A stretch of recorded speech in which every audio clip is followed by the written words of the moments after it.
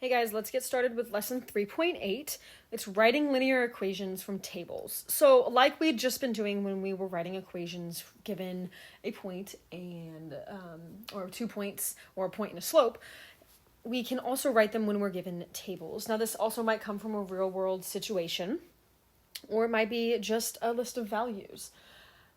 X and Y values, and we have to write an equation of that, okay? Every single table has an equation of a line, right? That equation is the rule from how you get from X to Y, right? They always follow that pattern. Maybe you've noticed that, right? From X, you do some kind of pattern, some kind of rule, multiply and add, or just add, or maybe it's divide and subtract, or whatever it is, it'll get you the Y value. And if you follow that pattern, you always get what answer you're supposed to, the corresponding Y value for the X value.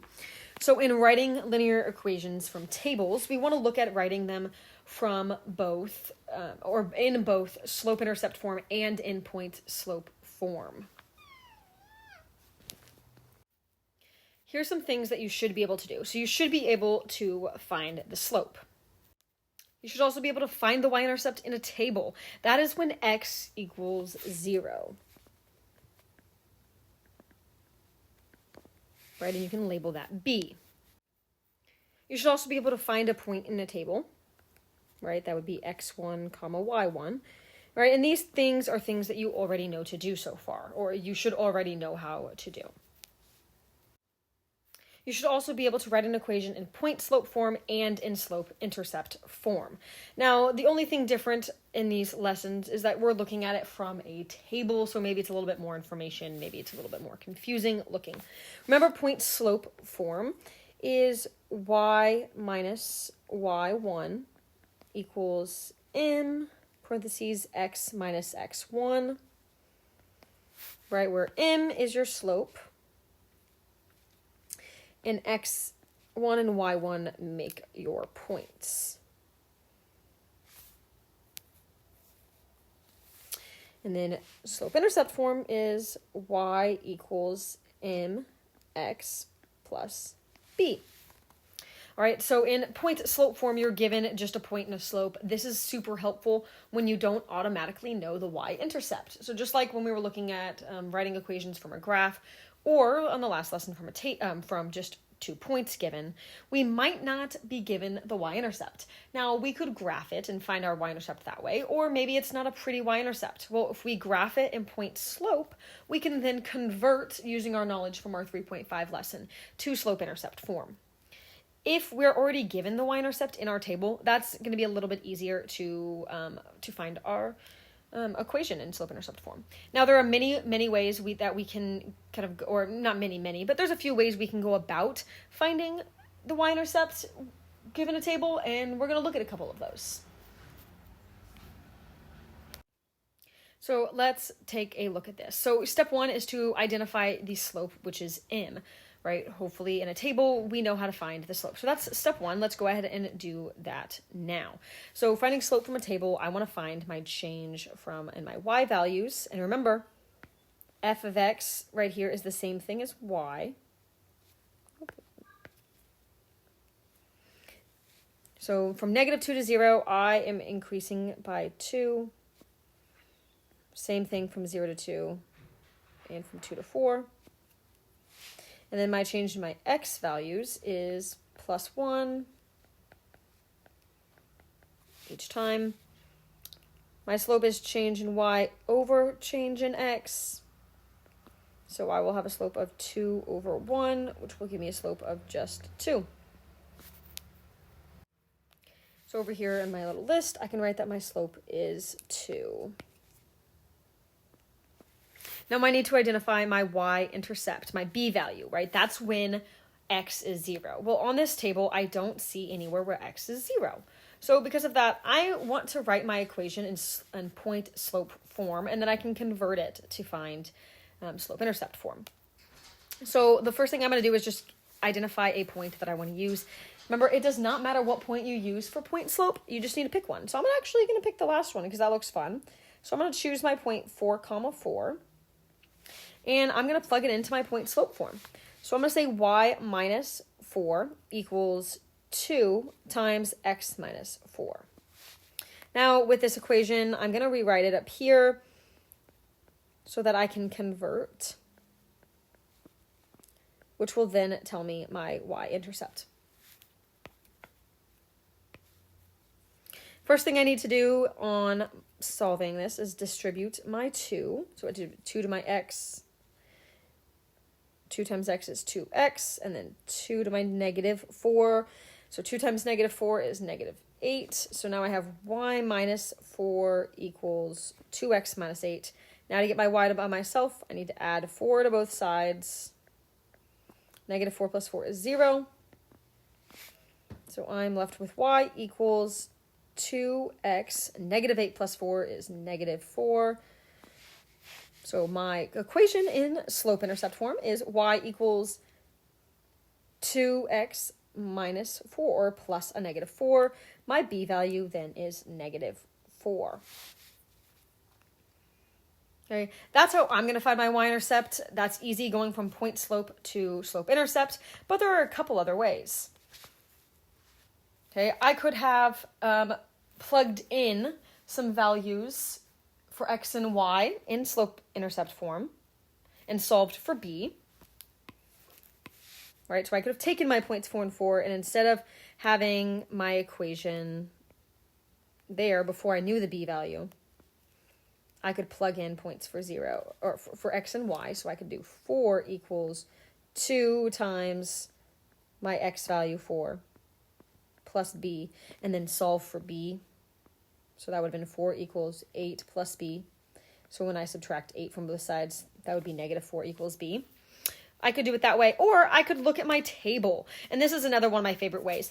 I can see that my x's are counting by 1s, right? And my lowest x I have on the table, or lowest x value I have, is 1.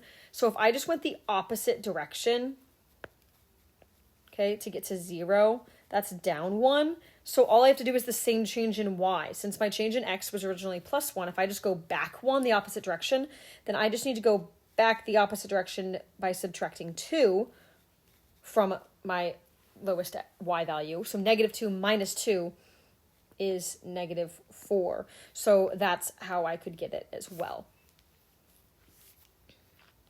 Okay, so those are a couple of different ways. The main way is like what I showed you in the first place. It's going to be probably the easiest for you, point slope form, but I wanted to just quickly show you a couple other ways. If you want a little bit extra help with that, you can ask your teacher. But so that was step 2, is determining the y-intercept, which is where, like I said, x is 0. And that's in finding it for the slope-intercept form, because we need to know the y-intercept for that. And then just pick a point if you want to do point slope form.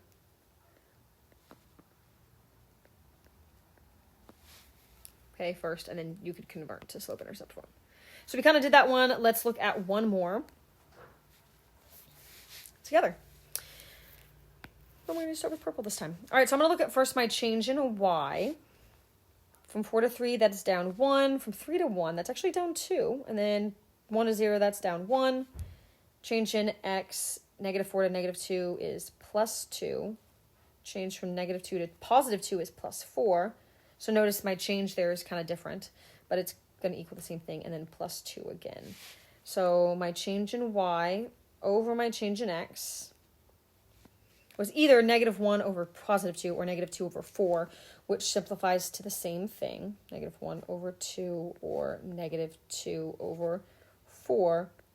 So my slope is negative 1/2. Since I know my slope is negative 1/2, I can go ahead and just plug it into both my equations. And then I'm going to look and see, okay, how do I want to find y, or my y-intercept? Is my y-intercept identified in my table? I do not have an x value of 0, so I'm going to use point slope form to help me figure out my equation. So I'm going to leave my b blank for now, and I'm going to choose a point. For this one, I'm going to choose the point 2, 1.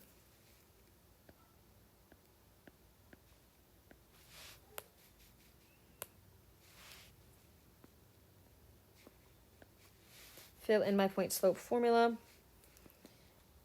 Y minus 1 equals negative 1/2 x or 1/2 parentheses x minus 2. Convert now to slope-intercept form. So negative 1/2 times x is negative 1/2 x, and negative 1/2 times negative 2 is positive 1. So now we're left with y minus 1 equals negative 1/2 x plus 1. Add 1 to both sides, and I will get y equals negative 1/2 x plus 2. So my y-intercept is 2.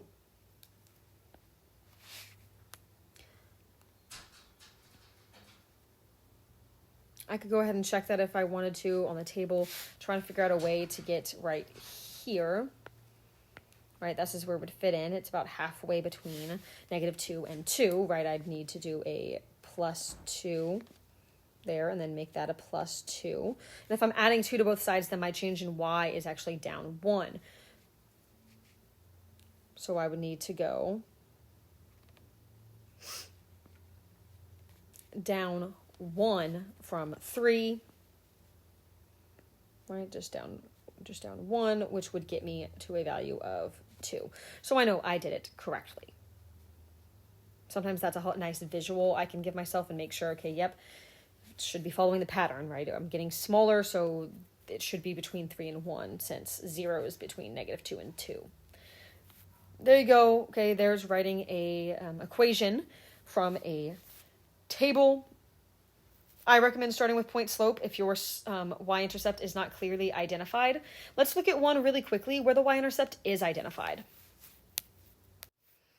So in this problem, I have a table, and this is actually just a horizontal table. X is always on top, y is on bottom, or f of x.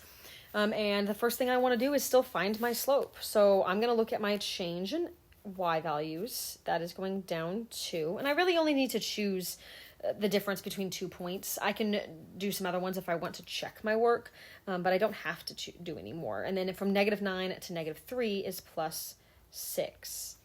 Again, I might go over to the positive ones because I like to make sure I'm doing things correctly, and I like positive numbers better. So from 3 to 9 is plus 6, and from 8 to 6 is minus 2. This one from 0 to 3 is just plus 3, and from 9 to 8 is minus 1. So it looks like I'm doing it correctly. Change in y over change in x is negative 2 over 6 or negative 1 over 3. That kind of simplifies it already. So my slope is negative 1/3. Okay. And then I want to look and see, okay, is my y-intercept given to me in the equation? Remember, the y-intercept is where x equals 0. So B is the y value when x equals 0. So I'm looking, okay, do I have an x value of 0? I do. It is right there. Okay, so the corresponding y value is my y-intercept. So in this case, B equals 9, because that is the x or the y value when x is 0. Since I know that, I don't need to put my equation in point slope form. I can go straight to y-intercept form, slope-intercept form, and my equation is y equals negative 1/3 x plus 9. Now, I could write this in point slope form and then convert it if I wanted to. If I just know, okay, I always just follow these steps. And I could still write it in point slope if I wanted to. I could choose a point, right? Y minus 12 equals negative 1/3, parentheses, x plus 9. I can do that if I wanted to and then convert, or, leave it like that if I need it in point slope. But since my y-intercept was identified, I can go straight to slope-intercept form. Let your teacher know if you have any questions.